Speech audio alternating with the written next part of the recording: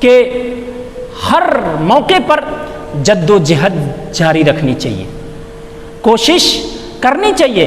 حضرت ہاجرہ نے پانی کے لیے کوشش کی، دوڑ لگائی، پھر جب پانی ابلا وہاں سے تو اسے روکا، اسے اس کے لیے بند باندھے۔ پتہ چلا امت کی ترقی کے لیے، ہماری نسل کی ترقی کے لیے ضروری ہے کہ ہماری نسل محنت کرے، جد و جہد کرے۔ گھر میں بیٹھ کر کے ترقی نہیں ملا کرتی، محنت و مشقت، انتھک کوشش بہت ضروری ہے ہماری امت کے جوانوں کے لیے، چاہے وہ اپنے لیے جون سی بھی لائن کا انتخاب کریں، اس میں جد و جہد، محنت، مشقت بہت ضروری ہے۔ ہمارے جوانوں کے اندر جو ایک عادت ہے آج کے کاموں کو کل پر ٹالنے کی، یہ ہمارے جوانوں کے لیے بہت بڑی کاہلی ہے، دشمنی ہے، جو ان کا فیوچر اور ان کا مستقبل برباد کرتا ہے۔ یہ کاہلی فرمایا، جیسا کہ سنت ہاجرہ سے پتہ چلا کہ وہ دوڑ بھاگ کر رہی ہیں پانی کے لیے، اللہ تبارک و تعالیٰ نے پھر وہاں سے زمزم نکالا۔ سبھی کے پیاس کو اعجاز یہ نہیں ملتا، سبھی کے پیاس کو اعجاز یہ نہیں ملتا، ہر ایک کے ایڑی سے زمزم نہیں نکلتا ہے، ہر ایک کی ایڑی سے زمزم نہیں نکلتا ہے۔ تو زمزم نکلا حضرت اسماعیل علیہ السلام کے ایڑی رگڑنے سے۔ وہاں فرمایا بواد غیر ربنا لیقیموا الصلاۃ فاجعل افئدۃ من الناس تهوی الیہم، اے اللہ لوگوں کے دلوں کو موڑ دے ان کی طرف۔ ابراہیم علیہ السلام کی دعا ہے کہ اے اللہ تبارک و تعالیٰ، میں اپنی ذریت کو، اپنی اولاد کو یہاں چھوڑے جا رہا ہوں، اس بنجر علاقے میں کون آئے گا؟ اے میرے رب تو لوگوں کے دلوں میں محبت ڈال دے اس شہر کی۔ آج نتیجہ دیکھیں کہ مکۃ المکرمہ کی محبت ہر ایک بندے مومن کے سینے میں ہے، اور جس کو بھی اللہ تبارک و تعالیٰ تھوڑا سا نوازتا ہے، وہ دلی اس کی خواہش ہوتی ہے کہ کاش ایک مرتبہ خانہ کعبہ کو اپنی آنکھوں سے دیکھ لوں۔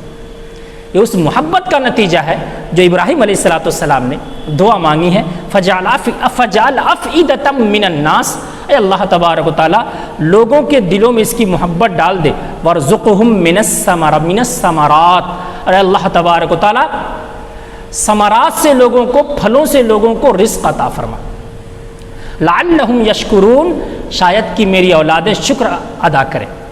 ثمرات کے معنی ہوتے ہیں پھل، فروٹس کے بھی ہوتے ہیں ثمرہ کے معنی، اور اس کا یہ دعا بہت مقبول ہے مکۃ المکرمہ کے اندر اور پورے حرمین کے اندر اور پورے اس ایریے کے اندر آپ کو بلا موسمی پھل آپ کو بھی وہاں ملیں گے، اور ہر طرح کے پھل آپ کو وہاں پہ وافر مقدار میں ملیں گے کھانے کے لیے۔ آپ کو اللہ نے اس کا پورا انتظام فرمایا۔ مفسرین نے ثمرات کے معنی رزلٹ اور نتیجے کی بھی کہے ہیں۔ ثمرہ کے معنی نتیجہ کا بھی ہوتا ہے، رزلٹ کا بھی ہوتا ہے ثمرہ، تو اس کے یہ بھی تفسیر ہو سکتی ہے کہ بہترین رزلٹ اور بہترین نتیجہ میری اولادوں کو عطا فرما، اب وہ چاہے پھل کی شکل میں ہو، چاہے بہترین کسی اور شکل میں ہو۔ شاید اسی دعاؤں کا نتیجہ ہے کہ اللہ تبارک و تعالیٰ نے ان ممالک کو ابراہیم علیہ السلام کی دعا کے برکت سے بہتا ہوا سونا یعنی پیٹرول اور ڈیزل جیسی دولت سے نوازا۔ بہتا ہوا سونا ان کے لیے ہے، اللہ نے وافر مقدار میں ہر طرح کی آسائشیں مہیا فرمائیں۔ ابراہیم علیہ السلام کی دعا کا نتیجہ لعلہم یشکرون، امید ہے کہ یہ لوگ شکر گزار بندے بنے۔ پتہ چلا نعمتیں حاصل ہونے کے بعد شکر گزاری کرنا بندے کی بہترین اوصاف حمیدہ میں سے۔ لئن شکرتم لازیدنکم ولئن کفرتم ان عذابی لشدید۔ اللہ کی نعمتوں کا خوب استعمال کرے، استعمال کرنے کے ساتھ شکر ادا کرے، شکر گزار بندہ بنے۔ آج حالات ہمارے ملک کے خراب ہیں اور بلکہ پوری دنیا کے خراب ہیں، کرونا وائرس کی وجہ سے حالات بڑے خراب ہیں، معاشی اعتبار سے بھی اور ہر اعتبار سے بھی ہر کوئی پریشان حال ہے، لیکن اس پریشانی میں بھی ہمیں اللہ تبارک و تعالیٰ کا شکر ادا کرنا ہے۔ یہ حالات ہیں، وبائی ہے، وبائی شکل ہے، پورے ملک کے اندر اور پوری دنیا کے اندر ہے۔ انشاءاللہ تبارک و تعالیٰ یہ دن نہیں رہیں گے، چلے جائیں گے، ان حالات کے اندر بھی ہمیں اللہ کا شکر ادا کرنا ہے۔ جو کچھ بھی اللہ نے دیا ہے، چاہے ہمیں 2 وقتوں میں سے 1 وقت کھانے کو مل رہا ہے، ہمارا معاشی بہت زیادہ نقصان ہو رہا ہے، معاشی ہر ایک کا ہی نقصان ہو رہا ہے، تو اس نقصان کی حالت میں بھی اللہ تبارک و تعالیٰ کا ہم شکر گزار بندہ بنیں۔ لئن شکرتم، اگر تم شکر گزار بندے بنو گے، اللہ تبارک و تعالیٰ نعمتوں میں اضافہ فرماتا رہے گا۔ وَلَئِن کَفَرْتُمْ، اور اگر تم کفر کرو گے، ناشکری کرو گے، اِنَّ عَذَابِي لَشَدِيدٌ، تو میری پکڑ بہت سخت ہے، میرا عذاب بڑا سخت ہے۔ فرمایا شکر گزار بندہ، ربنا انک تعلم ما نخفی وما نعلن، اے ہمارے پروردگار بے شک تو جانتا ہے جو کچھ ہم نے چھپا رکھا ہے اور جو کچھ ہم ظاہر کرتے ہیں، وما یخفی علی اللہ من شیء، اور اللہ تبارک و تعالیٰ سے زمین میں کوئی چیز چھپی ہوئی نہیں ہے۔ اللہ سے تو کوئی چیز زمین میں چھپی ہوئی نہیں ہے۔ زمین کے اندر، سب سے اندر، زمین کے بالکل نیچے کیا ہے اللہ تبارک و تعالیٰ کو اس کا بھی علم ہے۔ پہاڑوں پر کیا ہے، پہاڑوں کے اندھیروں میں کیا ہے، ایک کالے پہاڑ کے اندر ایک کالی چیونٹی بھی چلتی ہے، اللہ تبارک و تعالیٰ اس کے چلنے کی آواز کو بھی سنتا ہے اور اس کی حرکات و سکنات کو بھی دیکھتا ہے۔ انہ علیم خبیر، وہ خوب جاننے والا ہے اور خوب خبر رکھنے والا ہے۔ فرمایا وما نعلن، جو کچھ ہم ظاہر کرتے ہیں اللہ اس کو بھی جانتا ہے، وما نعلن، جو کچھ ہم چھپاتے ہیں اللہ اس کو بھی جانتا ہے، اور جو کچھ ہم ظاہر کرتے ہیں اللہ اس کو بھی جانتا ہے۔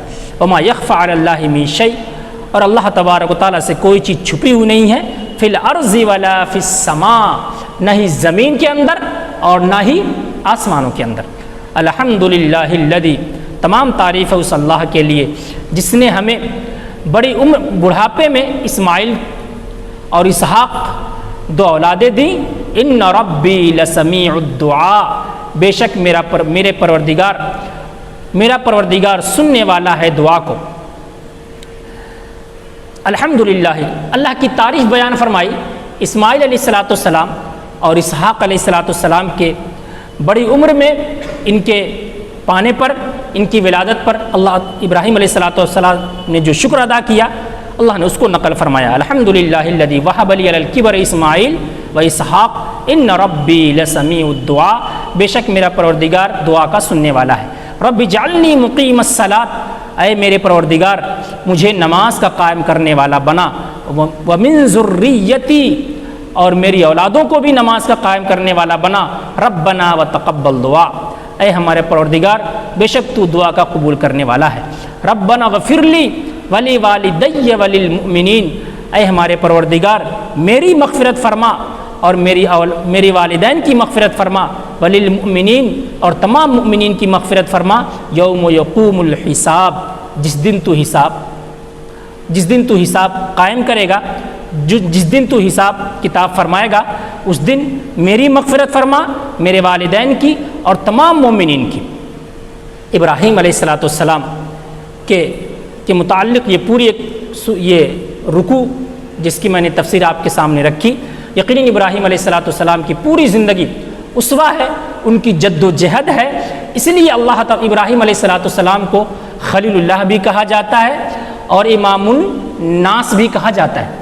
ابراہیم علیہ السلام کو اپنا امام یہودی بھی مانتے ہیں، عیسائی بھی مانتے ہیں اور مسلمان بھی مانتے ہیں، اور ہم تو ابراہیم علیہ السلام کی جو درود ابراہیمی ہے، اللہم صلی علی ابراہیم وعلی آل ابراہیم انک حمید مجید، اللہم بارک علی ابراہیم وعلی آل ابراہیم انک حمید مجید، یہ پورا سورہ جو درود ہے، یہ جو ہم نمازوں میں پڑھتے ہیں، یہ بھی ابراہیم علیہ السلام یہ درود ابراہیمی کہا جاتا ہے جو نماز کے اندر پڑھتے ہیں۔